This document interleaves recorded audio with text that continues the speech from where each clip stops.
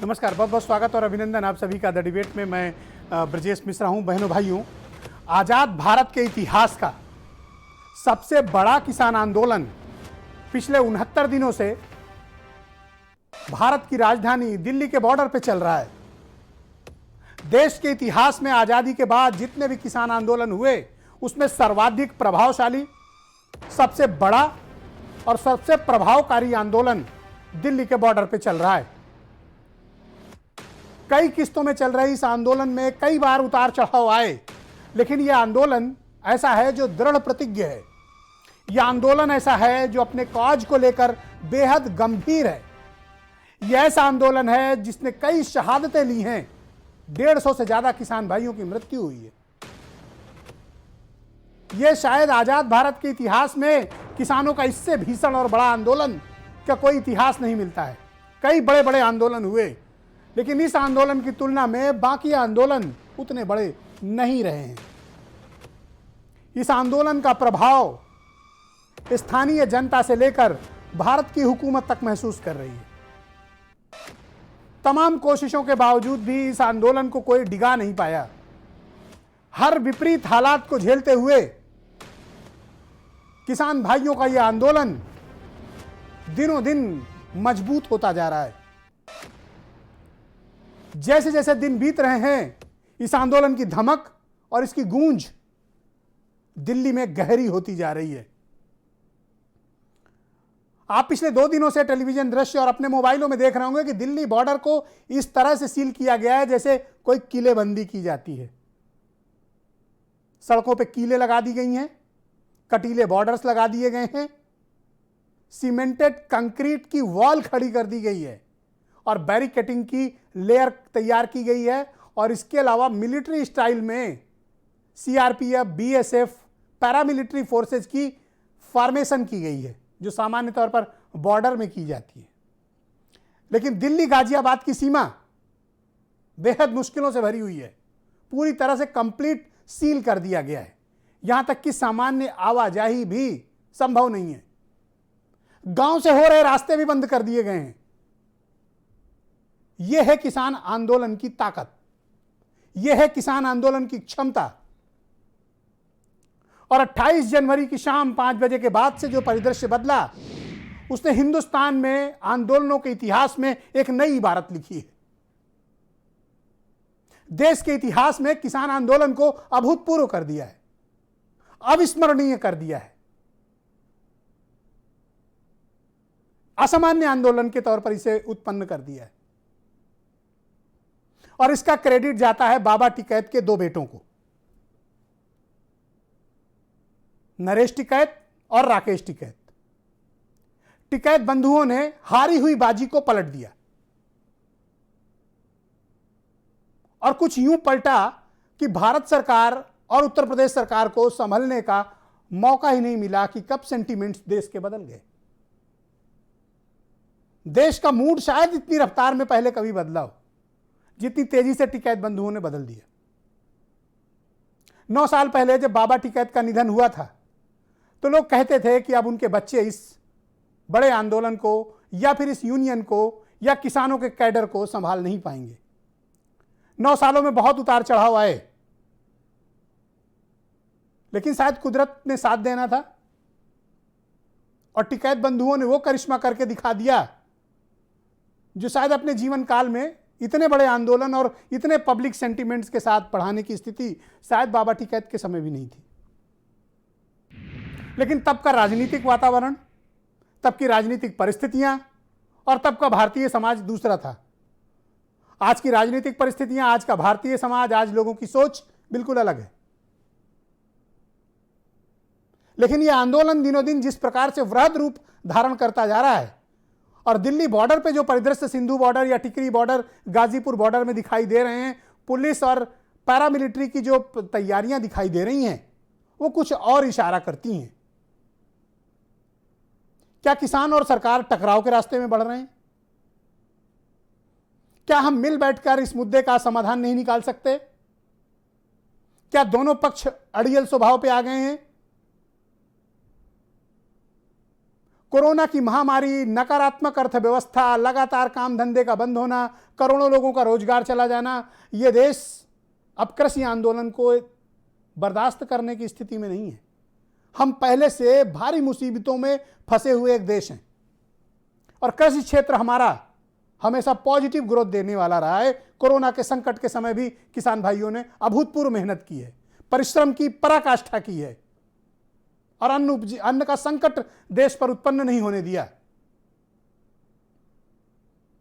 लेकिन अगर यह आंदोलन इस प्रकार से जारी रहा तो भारत की खाद्यान्न सुरक्षा भी खतरे में है। यह एक महत्वपूर्ण तथ्य है जिसे दोनों पक्षों को समझ लेना चाहिए। तो अब यह सही वक्त है कि भारत सरकार को और किसानों को बातचीत की टेबल पे लौटना चाहिए। मेरा अपना यह मानना रहा है, किसी भी डेमोक्रेटिक कंट्री में, लोकतांत्रिक राष्ट्र में, पेचीदा से पेचीदा मसले भी बातचीत के जरिए सुलझाए जा सकते हैं। किसानों का यह मामला भी बातचीत के जरिए सुलझाया जा सकता है, बशर्ते दोनों पक्ष खुले हृदय से बिना किसी शर्त बैठकर बातचीत के लिए तैयार हो। यह देश हित में बेहद आवश्यक है, समाज के हित में आवश्यक है और किसानों के हित में भी आवश्यक है। भारत की 130 करोड़ आबादी के लिए यह महत्वपूर्ण बात है कि दोनों पक्ष वापस बातचीत के टेबल पर लौटे, बात करें। बात से ही बात बनेगी। मुंह फुलाकर बैठने से मसले का समाधान नहीं होगा। कंक्रीट की दीवारें खड़ी कर देने से बात नहीं बनेगी। नुकीले बाड़ लगा देने से समस्या का समाधान नहीं होगा। समस्या का समाधान बातचीत की टेबल पे होगा। यह बात भारत की हुकूमत को और किसान यूनियन को भी समझ लेना चाहिए, क्योंकि 69 दिन से दिल्ली सीज है और अब जिस तरह से दिल्ली को अभूतपूर्व किलेबंदी की गई है, यह और चिंता का विषय है। टकराव के रास्ते बंद होने चाहिए। किसी डेमोक्रेटिक कंट्री में टकराव नाम की कोई विषय वस्तु होनी ही नहीं चाहिए। और मैं अपील करता हूं भारत की सिविल सोसाइटी से भी, संभ्रांत नागरिकों से भी, लेखकों से भी, कि वो आगे आए और इस मसले का समाधान निकालने की पहल करें। सरकार और किसान को साथ बिठाएं। अपोजिशन का भी यही रोल है, यही होना भी चाहिए। हम राजनीति बाद में कर लेंगे, देश को इस संकट से निकालने की आवश्यकता है। किसान भाइयों को ससम्मान उनके घर भेजने की आवश्यकता है ताकि वो वापस खेतों में जाएं। हमें इसकी आवश्यकता है। अनावश्यक टकराव देश को लिए नुकसानदायक है। यह बात दोनों पक्षों को समझ लेनी चाहिए। किसी एक विषय को लेकर अड़ियल रुख अख्तियार करना यह देश हित में नहीं है। कुछ बयान आप सुने, फिर एक बेहद महत्वपूर्ण परिचर्चा को आगे बढ़ाएंगे।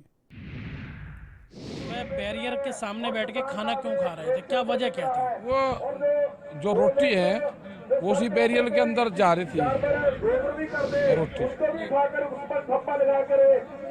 वो रोटी जो अनाज है देश का, इसी तरह की बैरिकेटिंग होगी, उसके अंदर अनाज कैद होगा।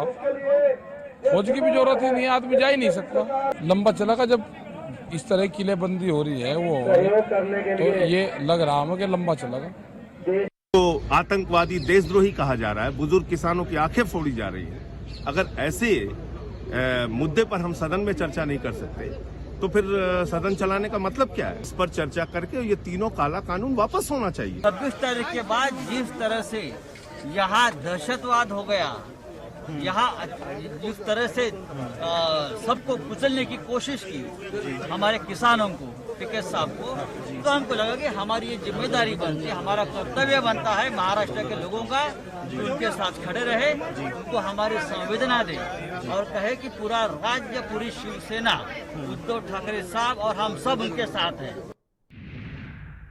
तो आज की डिबेट में बेहद महत्वपूर्ण मेहमानों को मैंने आमंत्रित किया है। सबसे पहले मैं आपका परिचय कराना चाहूँगा भारतीय किसान यूनियन के राष्ट्रीय अध्यक्ष नरेश टिकैत का। बहुत कम लोग ये जानते हैं कि इस आंदोलन के वो शिल्पकार हैं और इस आंदोलन के पीछे की सारी ताकत नरेश टिकैत हैं। राकेश उसका चेहरा है और नरेश टिकैत उसकी ताकत है।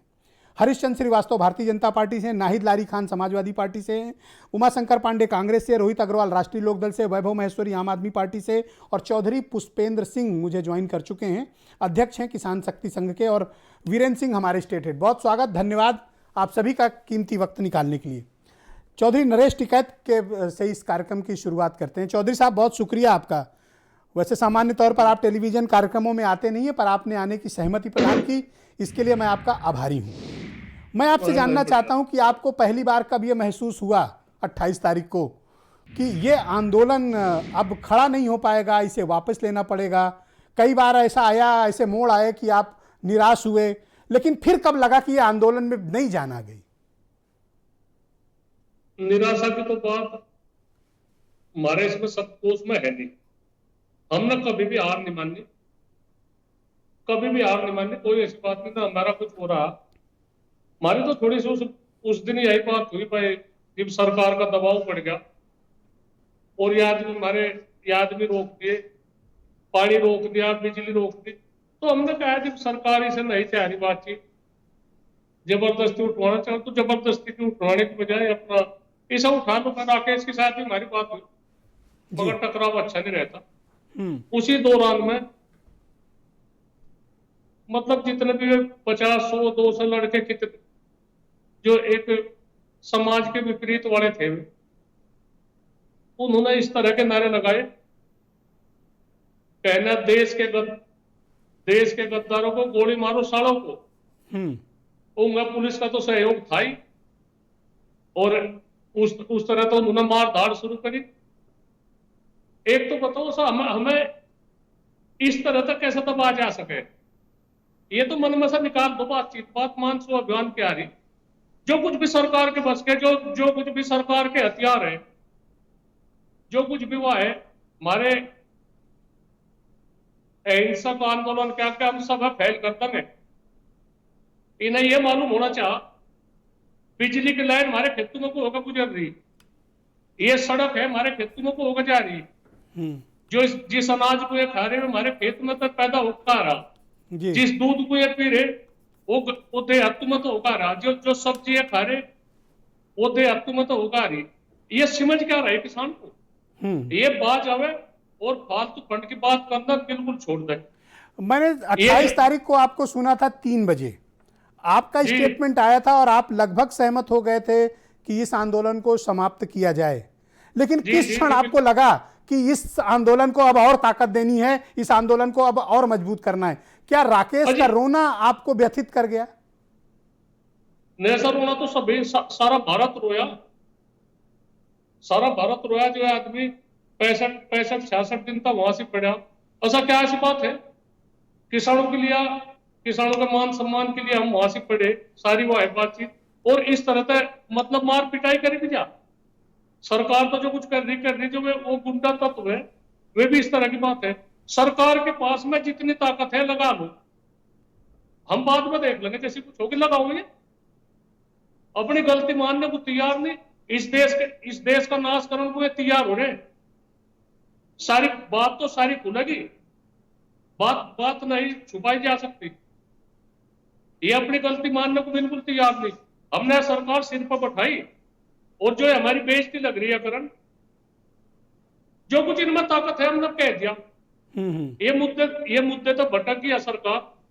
ये इनका एक वो है, एक एजेंडा है, थारी सामी कोई ना बोल सके।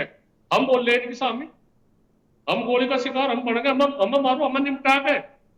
इस टिकैत परिवार को जितने भी ये किसान है, जितने भी जो समर्थक है हमारे, इन्हें सब निपटा दो, ये राज करो, ठीक है। अब आपको इस आंदोलन का क्या भविष्य दिखता है नरेश जी? भविष्य तो सरकार के है, सरकार के हाथ में है। बातचीत की लड़ाई किसके साथ लड़ाई? हमने सपा के साथ में लड़ाई लड़ी, कांग्रेस के साथ में लड़ाई लड़ी, बसपा के साथ में लड़ाई लड़ी, पर उसमें लड़ाई के बावजूद हमें सम्मान मिल गया। हमें किसी का निराशा नहीं मिली। वे बात सुने थे और बात सुने थे, बातों का समाधान करे थे, किसी बात का आश्वासन होता है। इसमें जितनी किसान की बेइज्जती हो रही सरकार में, किसी में नहीं हो रही। तो क्या ये लड़ाई अब 3 कानून के वापसी की है नरेश जी, या फिर अब ये मान सम्मान की बात नहीं नहीं, मान सम्मान पहले है, 3 कानून भी देखे जाके, 3 कानून की भाई कैसी बात है, मान सम्मान भी है। तो सरकार में मान से सम्मान किसी ने आपसे संपर्क किया, कोई बातचीत की, आपके गुस्से को किसी ने आपसे कोई संपर्क हो पाया किसी का? नहीं, हमारा किसी से नहीं हो रहा, ओके।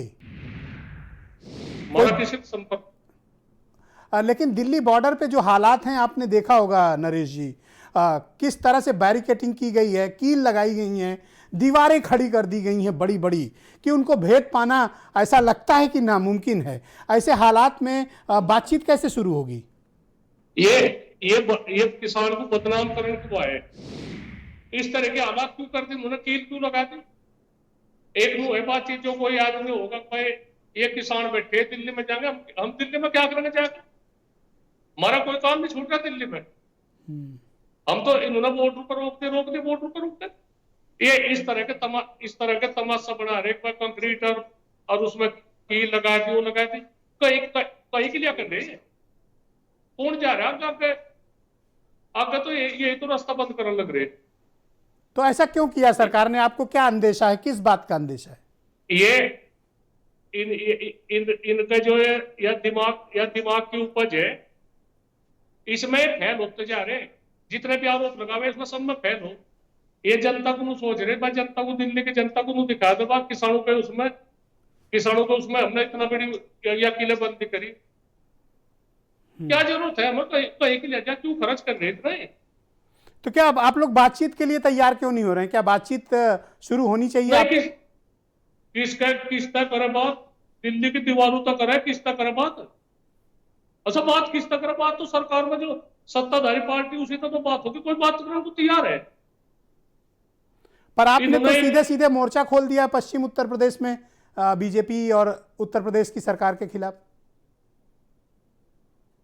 अच्छा, मोर्चे की शुरुआत हुई, तो सोच रहे मोर्चे का भी अंत हो लिया। ये दिखाओ, जहां तक दिखावे ठीक है, हम खेत जतावे, जनता परेशान है, बहुत ऐसी बात नहीं, हमारा भी दिल है, बहुत बड़ा दिल है, पर यह जितनी ये बेइज्जती लग रही करण, ये अपनी दो बात अपनी गलती नहीं मान सकते, ये अपनी गलती नहीं मान सकते कि हमारे उससे या भूल चूक होगी, वो बिल पास होगा, इस तरह से जनता परेशान नहीं होनी चाहती, करो ये कहां तक करेगा? आप जिस दिन महापंचायत थी मुजफ्फरनगर में, आपने एक स्टेटमेंट दिया, एक पॉलिटिकल स्टेटमेंट। आपने ये बात कही कि चौधरी अजीत सिंह को हराकर हमने बहुत बड़ी गलती की। क्या आप अपने इस बयान पर कायम हैं? अजी, आप उस मुद्दे का क्यों हमें दूसरी तरफ को भटकाओ? ठीक है, जब कह दिया, क्या अगर जब वोट दी, सारी बात तो सरकार बनाई, और कहीं की वो है बातचीत, पछताना तो है ही। पर आप इसे छोड़ो ना, राजनीतिक पॉइंट हमारे आपका ना जाओ, हमें जो मुद्दे की बात है मैं बताऊं अपना। ठीक है। दूसरा एक सवाल है कि आपने वहां नमक और गंगा जल लेकर कसम खाई थी, ये क्या कसम थी? मैंने खाई कसम जी, मनी लोटे का हाथ लगा। तो ये कसम क्या है? मुझे नहीं पता क्या कसम है, वो तो वहां हो उनसे पूछ लेती जो कुछ भी बात है, मैंने कसम खाई उसकी। तो अभी आपको कोई उम्मीद है नरेश जी कि बातचीत पर किसान और सरकार लौटेंगे? अजी, बातचीत तो एक तो बताओ, बातचीत के तो बड़े बड़े हल हो जा, बड़े बड़े हल निकल जा, बातचीत तक क्या नहीं होता। आप इस आंदोलन में ताकत देने के लिए खाप पंचायतों का इस्तेमाल कर रहे हैं, बिरादरी का इस्तेमाल कर रहे हैं। खूब कर रहे हैं जी। क्यों कर रहे हैं? खूब कर। किसान करे, आप जाति का इस्तेमाल क्यों कर रहे हैं? नहीं, जाति का किस जाति का नाम ले रहे हैं? नहीं, आप खाप पंचायतों का इस्तेमाल कर रहे हैं इस आंदोलन में ताकत भरने के लिए। तो खाप पंचायत है हमारी, समय समय पर खाप पंचायत हिस्सा ले इसमें। खाप पंचायत में कोई एक विशेष जाति की नहीं है, खाप पंचायत में तो सब है। आप शक्ति प्रदर्शन करके सरकार को दबाव में लेना चाहते हैं? सरकार में दबाव नहीं रख रहे हम, नहीं, ऐसा कोई नहीं। हम हिंसक आंदोलन रहेगा हमारा, कभी आंदोलन हिंसा में विश्वास नहीं रखता। तो ये 10 घंटे के भीतर ये लाखों लोग कहां से आ गए? अच्छा, शक्ति प्रदर्शन करवा लो सरकार, एक मैदान में सरकार अपनी पंचायत कर दो और अगले दिन हमें दे दो, जो उससे 10 गुना जनता करती वहां से ज्यादा। इनकी पैरों ताले की मिट्टी खिसकन लग रही, इन्हें देख रहा तब नहीं क्या कर दिया, इन्होंने ऐसी जगह टक्कर ले ली, इसमें आर पार की बात होगी। पर बीजेपी मतलब नेताओं को तो- कोई फर्क नहीं पड़ा, आप चाहे कितना बोल लें। नहीं, ऐसा हम क्या उनको फर्क कह रहे, उनको हम फर्क कह रहे क्या? वे गाँव में कुछ जाकर देखो, गाँव में आप कुछ क्या देखिए, आपके दूर है। मित्र संजीव बालियान का एक स्टेटमेंट नहीं आया। अच्छा ठीक है, हम किसी का नाम लेते, ठीक है, सब अच्छे ही है, हम किसी का एक का नाम क्यों लें? जी, संजीव बालियान भी दबाव में है, उसे सरकार में रहना मंत्री है, उसे वो क्या कहेगा, वो तो दबाव में है। हम तो नहीं दबाव में किसी की। तो क्या खाप पंचायत के खिलाफ जाएंगे संजीव बालियान? अजय संजीव बालियान को क्या जी करे सर, ठीक है, मैं दबाव में है, ओके, दबाव में है। हुक्का पानी बंद करेंगे क्या उनका? नहीं नहीं, हम नहीं करते किसी का हुक्का पानी बंद, ओके, हमें कोई जरूरत नहीं, हुक्का पानी क्यों करेंगे हम? बस अपनी खाप का है, अपनी बिरादरी का है, बालियान खाप का है मंत्री, हम उसका विरोध क्यों करेंगे? पर दुख तो होगा कि उन्होंने आपका साथ नहीं दिया। नहीं, हम लोग दुख मानते किसी का, हम तो खुश हैं, हमें कोई किसी का कुछ नहीं। उन्हें अपना देखो भविष्य, हमने क्या नहीं करा उनके लिए, ओके, और हम वे हमारे लिए क्या कर रहे? अगर वो मनाने आएंगे तो आप मान जाएंगे? नहीं, वो तो जनता की बात है, उनकी कहाँ है बातचीत, वो उनके, उन्हें आ जाती तो, प्रधानमंत्री जी आ जाती तो बात करेंगे उनके साथ में, उन्हें माध्यम बना लो, क्या ऐसी बात है, हमें कोई दिक्कत नहीं। ऑलराइट, हरीश चंद्र श्रीवास्तव भारतीय जनता पार्टी के प्रवक्ता है। नरेश जी, मैं आपसे निवेदन करूंगा कि थोड़ी देर बने रहिएगा हमारे साथ, और भी लोगों के विचार आ जाएं। हरीश जी, बहुत शुक्रिया आपका, धन्यवाद। मैं आपसे जानना चाहता हूं कि क्या ये सही वक्त नहीं है कि इस मसले का हम समाधान निकालें और बातचीत की टेबल पर किसान और सरकार लौटें, और देश इसका समाधान चाहता है? नहीं, निश्चित रूप से ब्रजेश जी, माननीय प्रधानमंत्री जी का भी, उन्होंने भी जब विपक्षी दलों की बैठक थी तो उसमें उन्होंने भी ये बात कही, और विपक्षी दल के नेताओं से भी अपील किया कि आप भी किसान नेताओं को समझाइए। और माननीय कृषि मंत्री जी ने कहा कि उन्होंने जो प्रस्ताव 11वीं बैठक में दिया था वो अभी भी एज इट इज हैं।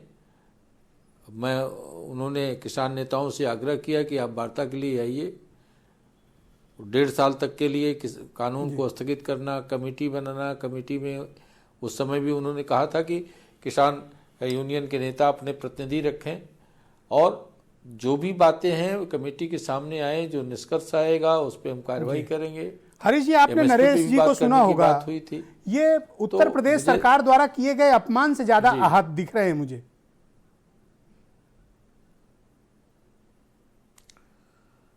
देखिए, मुझे जहाँ तक सरकार का सवाल है, माननीय प्रधानमंत्री जी हों या माननीय मुख्यमंत्री जी हों, सभी किसानों के प्रति एक समर्पित भाव से सरकार का प्रारंभ से ही आप अगर नीतियां देखें और सरकार का संकल्प देखें तो किसानों की खुशहाली और समृद्धि ही है, और उसको लेकर सरकार काम भी कर रही है। मुझे नहीं लगता कि स्थानीय प्रशासन का वहाँ क्या ऐसा रवैया रहा कि जिसके कारण टिकैत साहब को अपना अपमान लगा। मुझे इस तथ्यों की जानकारी नहीं है, लेकिन सरकार का हमेशा जो रुख है वो किसान भाइयों के प्रति सम्मानजनक रहा और सम्मान करती है। क्या आपको लगता नहीं कि भारतीय जनता पार्टी ने 10 साल की मेहनत करके पश्चिम उत्तर प्रदेश में जो एक राजनीतिक माहौल अपने लिए बनाया था, एक चूक से भारी राजनीतिक नुकसान आपको पश्चिम उत्तर प्रदेश में हुआ, ऐसा मानते हैं आप?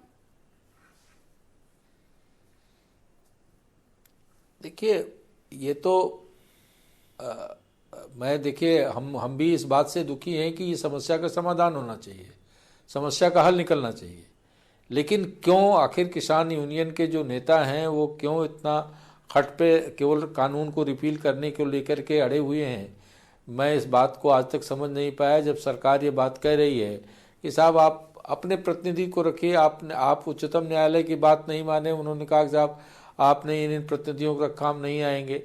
तो जब सरकार कह रही है कि साहब कमेटी बनाइए, आप अपने भी प्रतिनिधि, पर मसला इस बात का है कि आप क्या बाबा टिकैत के बेटों को अपमानित करेंगे उत्तर प्रदेश में, और ये उम्मीद करेंगे कि वो आपकी बात भी मान जाए?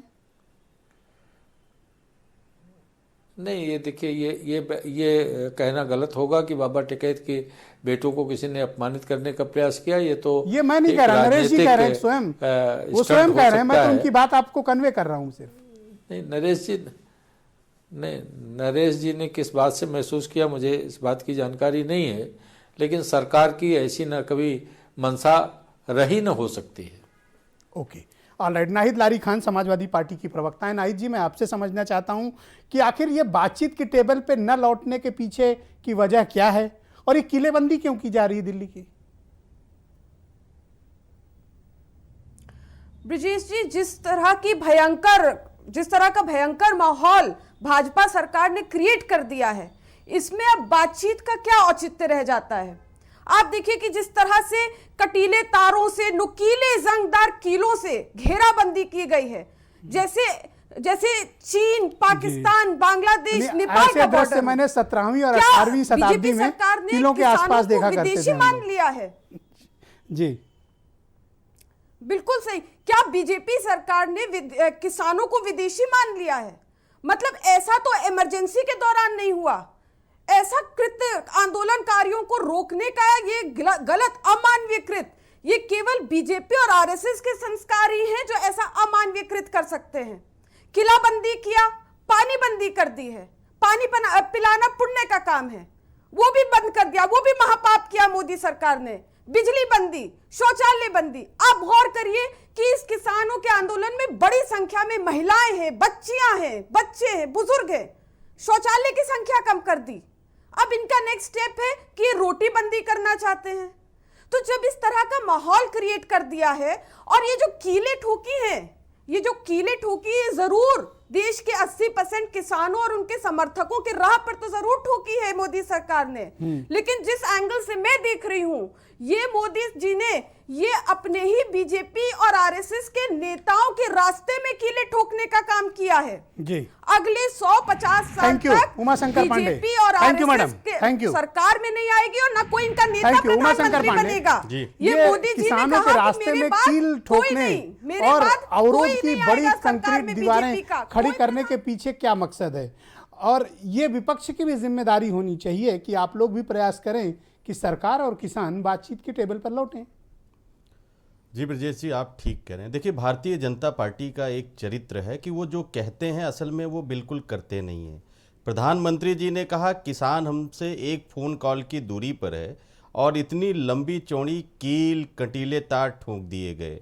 मैं जम्मू कश्मीर का प्रभारी रहते हुए लगभग पूरा बॉर्डर मैंने देखा हुआ है ब्रजेश जी, लेकिन इतनी व्यवस्था, इतना चाक चौबंद, कील, कंटीले तार, बैरिकेड्स वो बॉर्डर पे भी नहीं है। मैंने वो फोटो भी डाली, हमने देखा है कि इतनी व्यवस्था अंतर्राष्ट्रीय बॉर्डर पे नहीं है जितना योगी जी और मोदी जी की सरकार ने गाजीपुर बॉर्डर पर कर दिया है। नरेश टिकैत जी बिल्कुल ठीक कह रहे हैं कि राकेश टिकैत जी के रोने के बाद देश का किसान और किसानों से संवेदना रखने वाला और किसानों का एहसान मानने वाला देश का नागरिक रोया, और इसीलिए किसान आंदोलन को दबाने की जो कोशिश थी मोदी जी की, वो दबी नहीं और उछल के सामने आई। ये भारतीय जनता पार्टी ने किसानों को और चिढ़ाने के लिए, देखिए, बजट में भी खेती में 6% की कटौती कर दी, मनरेगा में 42% की कटौती कर दी, और किसान सम्मान निधि में 13% की कटौती कर दी, जिस किसान सम्मान निधि का वो ढिढोरा पीट रहे थे। बातचीत की टेबल पे कैसे लौटे हैं उमाशंकर जी, कुछ सुझाव दीजिए। देखिए, सकारात्मक काम हम लोग करें। बिल्कुल ब्रजेश जी, अभी हरीश जी कह रहे थे कि किसान हठधर्मिता कर रहा है। असल में इस शब्द से मुझे बहुत ज्यादा चिढ़ हो गई है। ये हठधर्मिता किसान कहां कर रहा है? हठधर्मिता तो सरकार कर रही है, मोदी जी कर रहे हैं। आप बताइए कि जिस बॉर्डर पे किसान बैठे हैं वहां पर उनको बैठने के लिए किसने मजबूर किया? ये तो रामलीला मैदान जाने की जगह मांग रहे थे, रास्ता मांग रहे थे, इनको नहीं जाने दिया गया। रोका तो सरकार ने है, हठधर्मिता सरकार कर रही है, अहंकार सरकार का है। सरकार को अपना अहंकार छोड़ना पड़ेगा और किसानों को लाना पड़ेगा टेबल पे। किसान तो हमेशा तैयार है बात के लिए। आखिर क्या कारण है कि दिल्ली बॉर्डर को जो सीज किया है किसानों ने, तो पलटकर दिल्ली पुलिस और उत्तर प्रदेश की पुलिस और हरियाणा पुलिस ने इस कदर सुरक्षा इंतजामात कर दिए हैं कि शायद मैंने तो नहीं देखा कि देश में कभी किसी आंदोलन को रोकने के लिए इस प्रकार के अवरोध उत्पन्न किए गए हों। इसके पीछे सरकार की मंशा क्या हो सकती है? और दूसरा, हमें क्या प्रयास करना चाहिए कि सरकार और किसान बातचीत की टेबल पर लौटें? ब्रिजेश जी, हम लोग जब अंग्रेज़ों के जुल्मों के बारे में बात करते हैं तो जो कहानियां हमने सुनी है बचपन से कि अंग्रेज़ क्या क्या करते थे, हम उसका लाइव देख रहे हैं आजकल। सरकार जब वहाँ कीले लगा रही है, कटीले तार लगा रही है, गड्ढे खोद रही है, पानी की बौछार मार रही है, पानी बंद कर रही है, शौचालय हटा रही है, तो अब ये पता नहीं क्या कर रहे हैं। या तो ये इतना ज़्यादा डर गए हैं, घबरा गए हैं, तो ऐसे में अब सरकार को दो चीज़ें सोचनी पड़ेंगी। कोई तो इनको घमंड है या कोई तो इनको ऐसा ये कुछ कर चुके हैं जिससे ये पीछे नहीं हट पा रहे हैं। अब सरकार को शर्म छोड़ देनी चाहिए। शर्म तो ये देखिए अपने कामों से साफ ही दिखा रहे हैं कि शर्म अब हमारे अंदर बची नहीं है। इनको ये शर्म अब छोड़ देनी चाहिए कि हम आपसे बातचीत करना चाहते हैं, हम समाधान निकालना चाहते हैं। ये सब कहने के बजाय अब इनको ये स्वीकार कर लेना चाहिए कि भाई हम इतना पैसा खा चुके हैं कि अब हम वापस नहीं ले सकते इस बिल को, अब इसको मान जाइए, अब कॉर्पोरेट से सीधे बात कर लीजिए।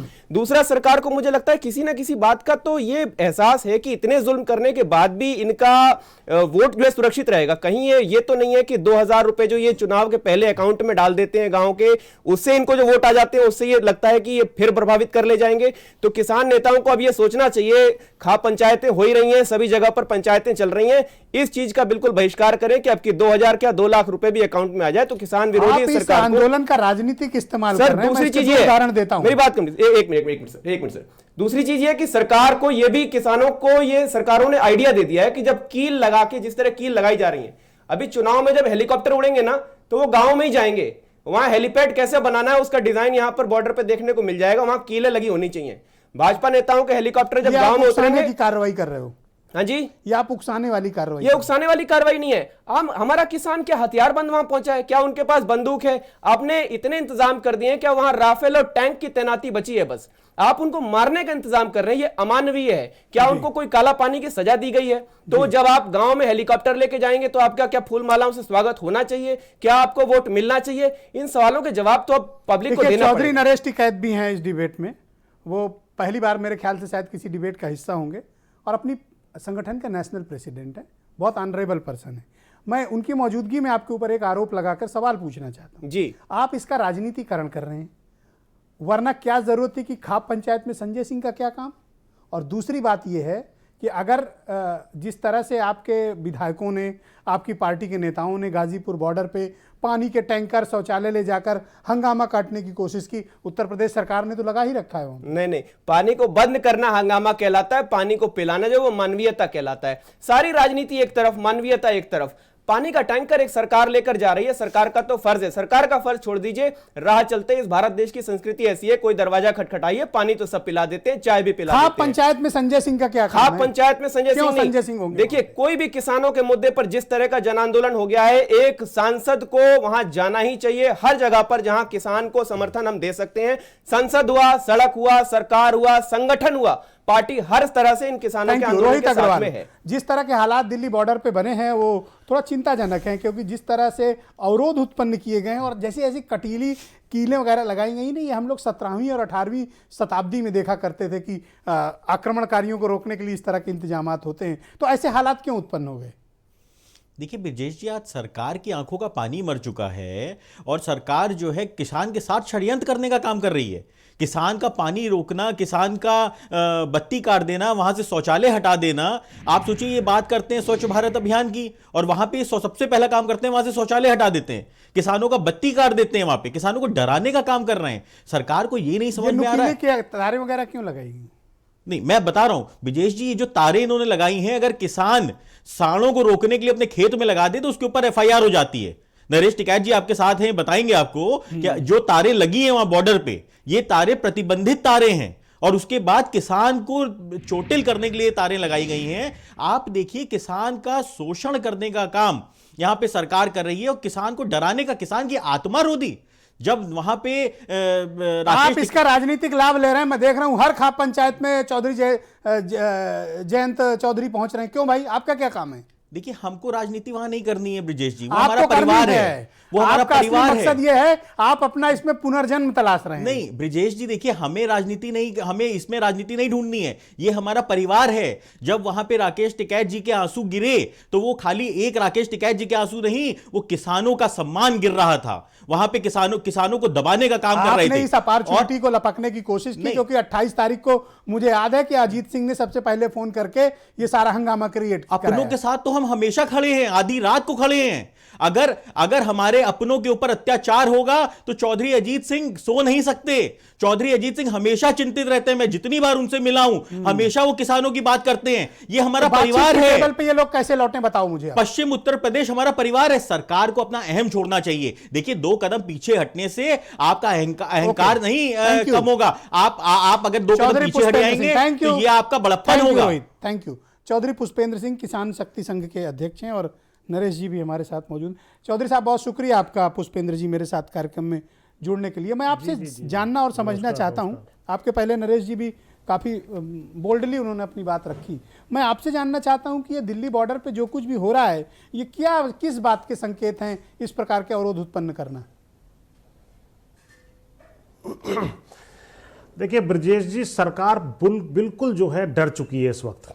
जिस प्रकार से 26 तारीख की घटना इन्होंने कारित कराई अपने लोगों को भेज करके, और एक कालस पोतने की किसान संगठनों के ऊपर, किसानों के ऊपर कोशिश की गई और आंदोलन को समाप्त करने की कोशिश की गई, लेकिन उसके 24 घंटे के अंदर ही अंदर सारा पासा पलट गया।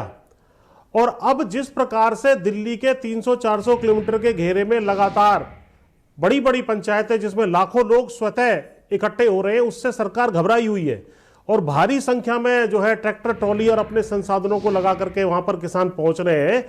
और दूसरा इसमें इनकी रणनीति एक और है, वो ये है कि जहां जैसे ये गाजीपुर की बात करूं तो यहां पर जो है 2 लेन में केवल किसान बैठे हुए थे, बाकी लेन हम लोगों ने खुद ही खुली छोड़ रखी थी ट्रैफिक के लिए। तो इन्होंने क्या किया है कि उनको बाकी लेन्स को भी इन्होंने बंद कर दिया है, जिससे आसपास रहने वाले जो सामान्य आम नागरिक हैं उनको असुविधा हो और वो किसानों के खिलाफ ट्वीट करें और विरोध प्रदर्शन शुरू करें।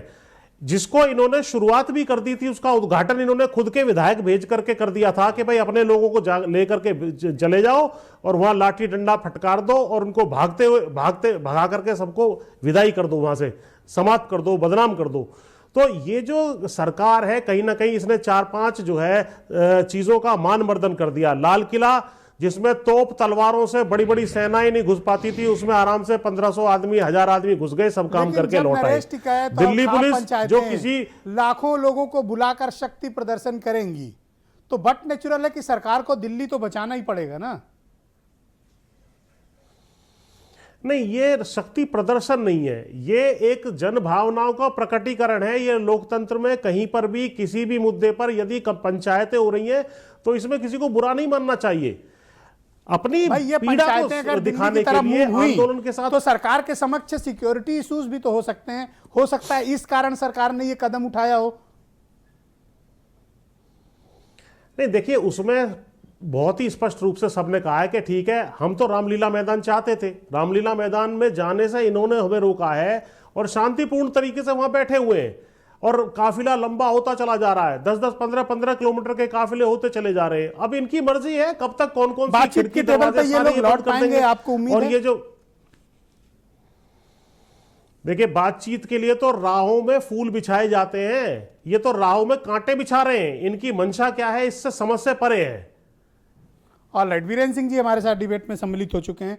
भाई वीरेंद्र जी, आज दिल्ली का दृश्य देखकर मुझे कुछ ठीक नहीं लग रहा है। ऐसा लगता है कि एक सार्थक बातचीत जो हो सकती थी, जिस तरह से प्राइम मिनिस्टर ने बोला था कि वो एक टेलीफोन कॉल पर उपलब्ध हैं, लेकिन जिस तरह के अवरोध उत्पन्न किए गए हैं उससे बातचीत का मार्ग प्रशस्त होते नहीं दिख रहा है।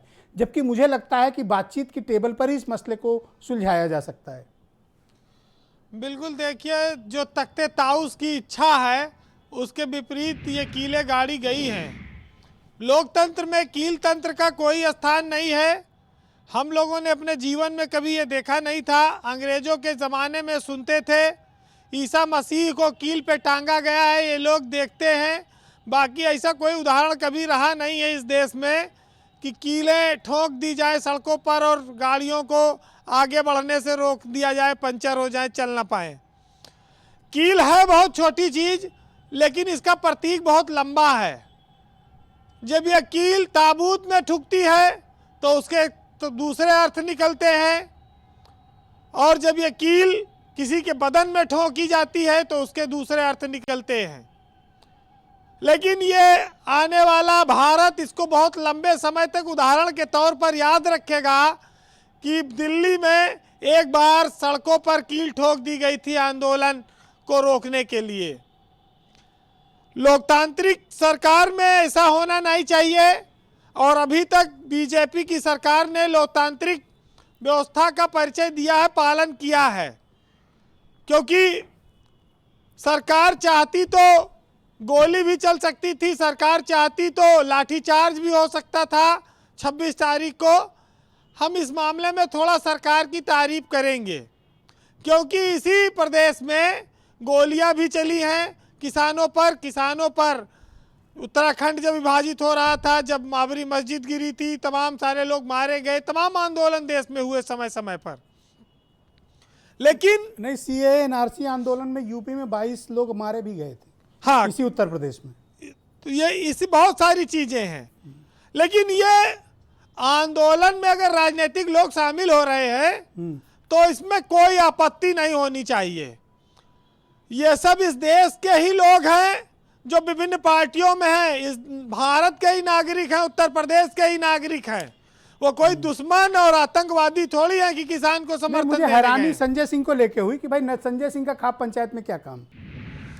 संजय सिंह उत्तर प्रदेश में दौरा कर रहे हैं, हर मुद्दे पर बोल रहे हैं। जब और जयंत चौधरी का क्या काम उसमें? अच्छा, तो फिर काम किसका है? काम खाली भाजपा अन्ना का आंदोलन में बीजेपी जाए वो ठीक है। जब अन्ना का आंदोलन चल रहा था तब बीजेपी के लोग समर्थन नहीं कर रहे थे उसका, तब वो देशद्रोही और देश प्रेमी थे सब। भाई संजय सिंह इस प्रदेश के नेता हैं, रात दिन आदमी खून पसीना बहाकर मेहनत कर कर चल रहा है। संसद में आवाज उठाई संजय सिंह ने। कांग्रेस तो साड़ी के पल्लू से मुंह छुपा ले, इनकी आवाज कुछ बची नहीं है और ये हर जगह खाली टांग खींचने काम कर रहे हैं। और राज्यसभा के 3 सांसद हमारे थे जो सस्पेंड हुए थे, याद थोड़ा सा याद कर लीजिए। ये वीरेंद्र सिंह को आप अपने बारे में जवाब दे ले। ये विपक्ष का रोल अदा नहीं कर पा रही है कांग्रेस राज्यसभा में, ताकत से कर रही है। और आज राकेश टिकैत ने ऐलान किया कि अक्टूबर तक ये आंदोलन चलेगा। नरेश टिकैत जी बैठे हैं।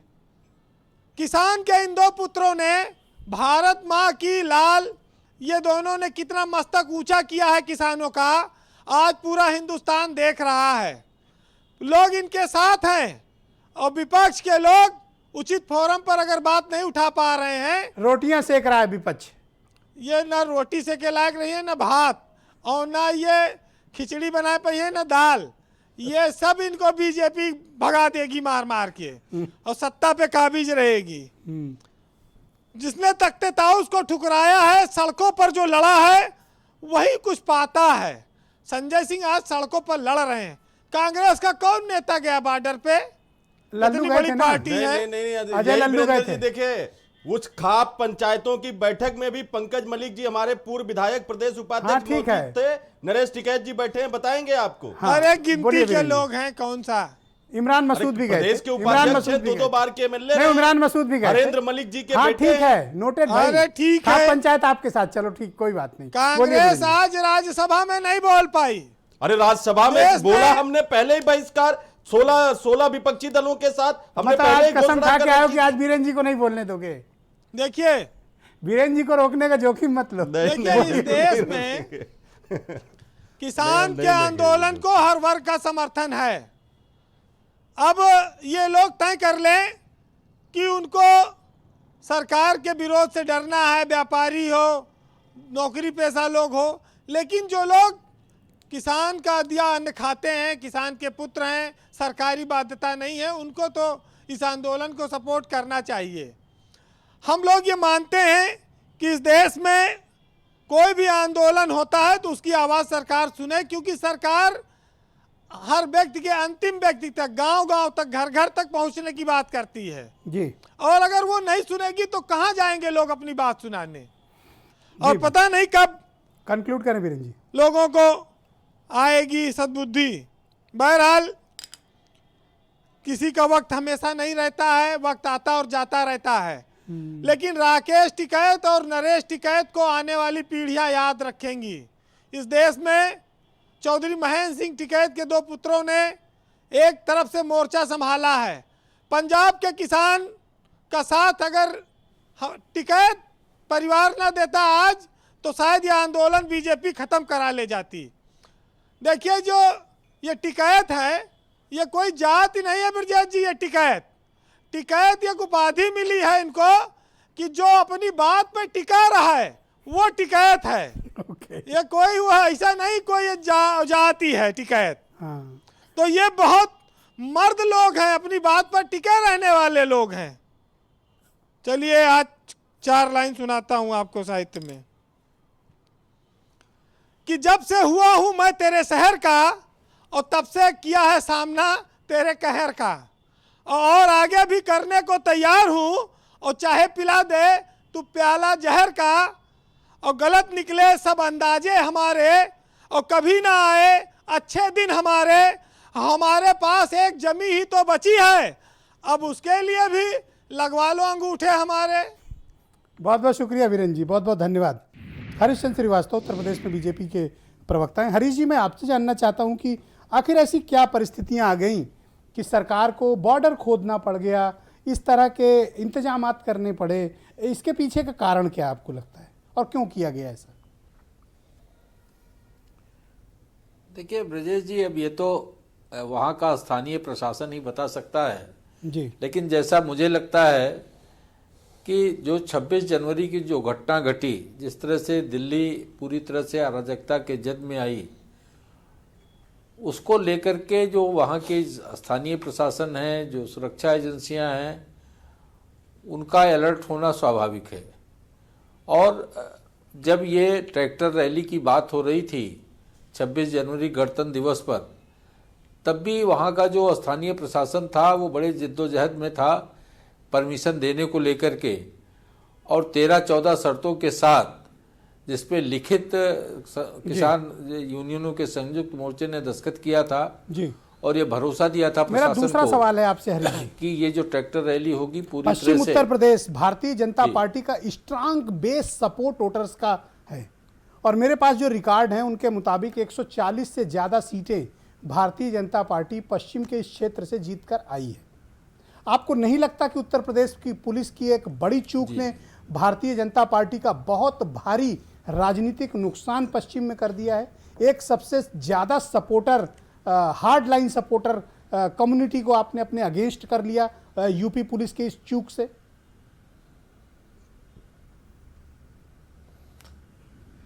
देखिए, वहाँ की स्थलीय तात्कालिक मेरी जानकारी नहीं है, लेकिन मैं ये नहीं समझ सकता। देखिए, जब भी जो 26 जनवरी की जो घटना है उसको लेकर के भी ये किसान यूनियन के नेता लोग ही कह रहे थे साहब तो सरकार की नाकामी है, सरकार ने क्यों नहीं सुरक्षा बंदोबस्त किए, सरकार ने कैसे जाने दिया। ये सवाल तमाम सारे इन किसान गिरफ्तार करेंगे नेता है यही उल्टा उठा रहे थे जी।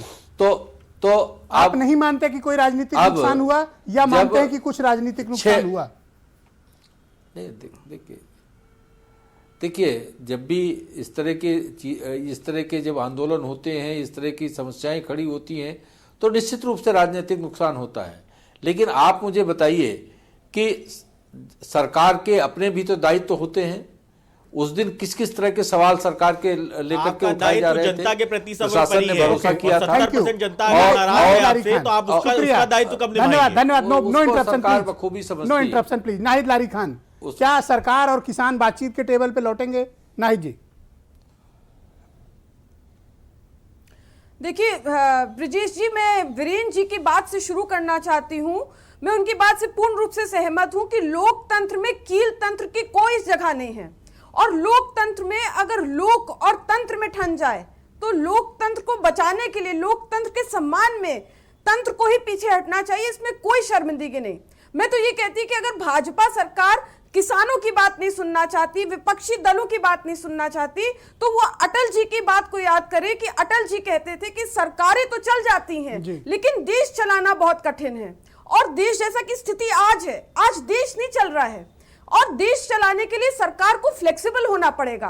आप देखिए, अभी हरीश जी 26 जनवरी की बात कर रहे थे, लेकिन 26 जनवरी को लाल किले पे दीप सिद्धू जिसने गलत कृत्य किया, आज तक वो पकड़ से बाहर है। रोज फेसबुक और ट्विटर पे उसकी वीडियो अपलोड हो जाती है। इस राउंड में थोड़ा वक्त की कमी है, उसको नहीं पकड़ पा रहे हैं तो जिनके साथ उनकी फोटोज वायरल हो रही है, उन लोगों को जिनके साथ उनकी फोटो वायरल हो रही है, उन लोगों को पकड़कर सख्ती से इन्वेस्टिगेट किया जाए। यस उमाशंकर को थैंक यू मैम, उनके संबंध मैडम थैंक किसके यू साथ है। Madam thank you. Yes Umashankar ji आप कुछ कह रहे थे पहले, बोलिए। ब्रजेश जी देखिए, ये जितना भी सब कुछ 26 जनवरी से लेके अब तक जितना सब कुछ हुआ है, उन सब में भारतीय जनता पार्टी की साजिश है, बिल्कुल स्पष्ट है। चौधरी पुष्पेंद्र सिंह जी भी अभी कह रहे थे कि 6 लेन पूरी बंद कर दी गई। जो एम्बुलेंस के लिए रास्ता छोड़ा गया था, किसानों ने छोड़ा था, उसको भी पुलिस ने बंद कर दिया। और जो नंद किशोर गुर्जर, जो वहां का लोकल एमएलए है, जिसने खुद नेतृत्व करते हुए अपने गुंडों के साथ वहां गुंडई करवाई, पत्थरबाजी करवाई,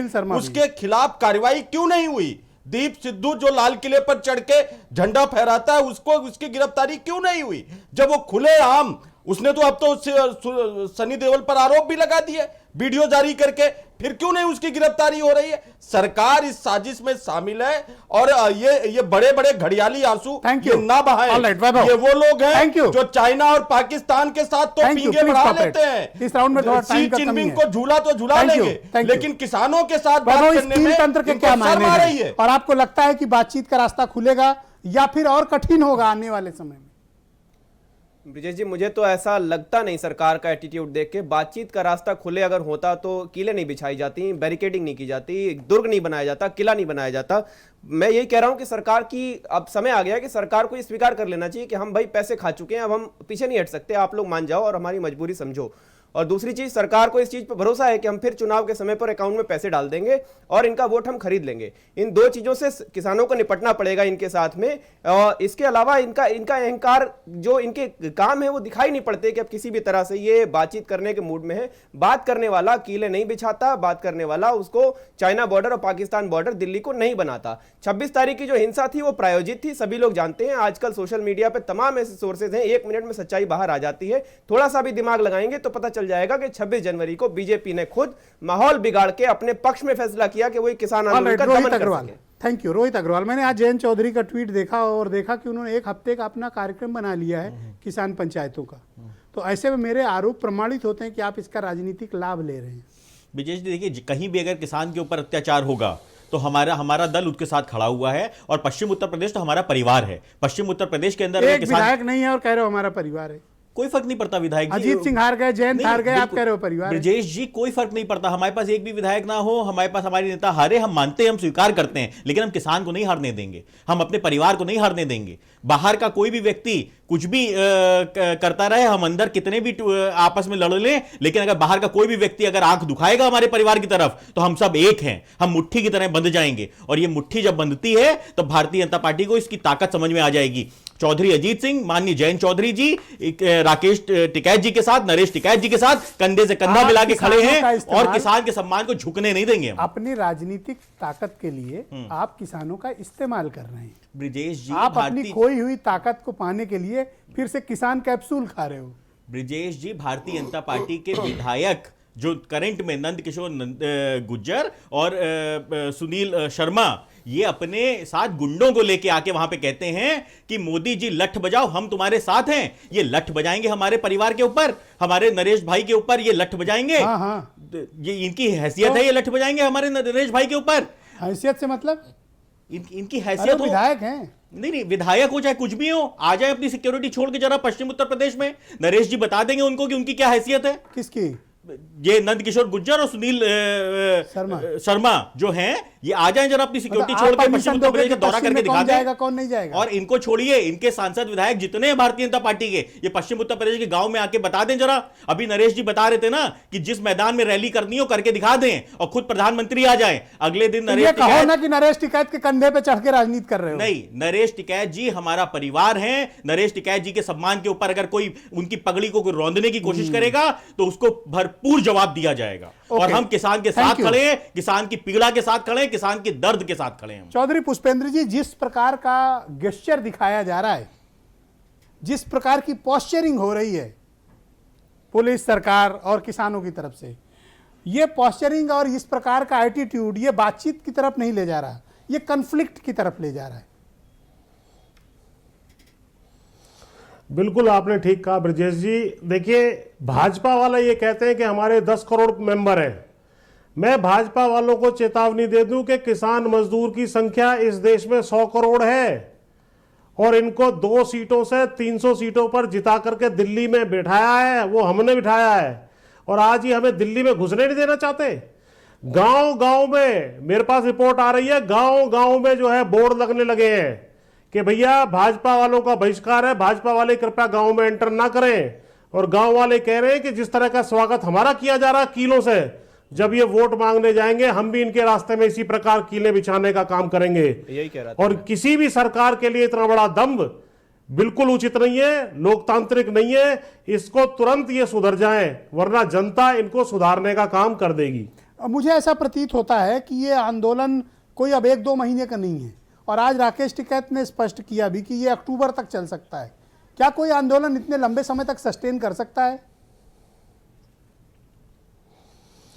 देखिए, जिस तरह का जोश लोगों में है और जिस प्रकार का मान मर्दन हुआ है, किसानों का अपमान हुआ है, उनकी पगड़ी को उछालने का प्रयास हुआ है, उनको आतंकवादी खालिस्तानी बताने का प्रयास हुआ है जी, उससे बहुत ज्यादा आहत है देश का किसान। बहुत और शुक्रिया। निश्चित रूप से मुझे लग रहा है कि अपनी सांस की आखिरी दम तक इसमें डटा रहेगा। बहुत बहुत शुक्रिया। मैं आप सबका बहुत आभार प्रकट करता हूं, और चौधरी नरेश टिकैत जी का विशेष आभार प्रकट करता हूं कि उन्होंने अपना बहुत कीमती वक्त आज की परिचर्चा के लिए निकाला।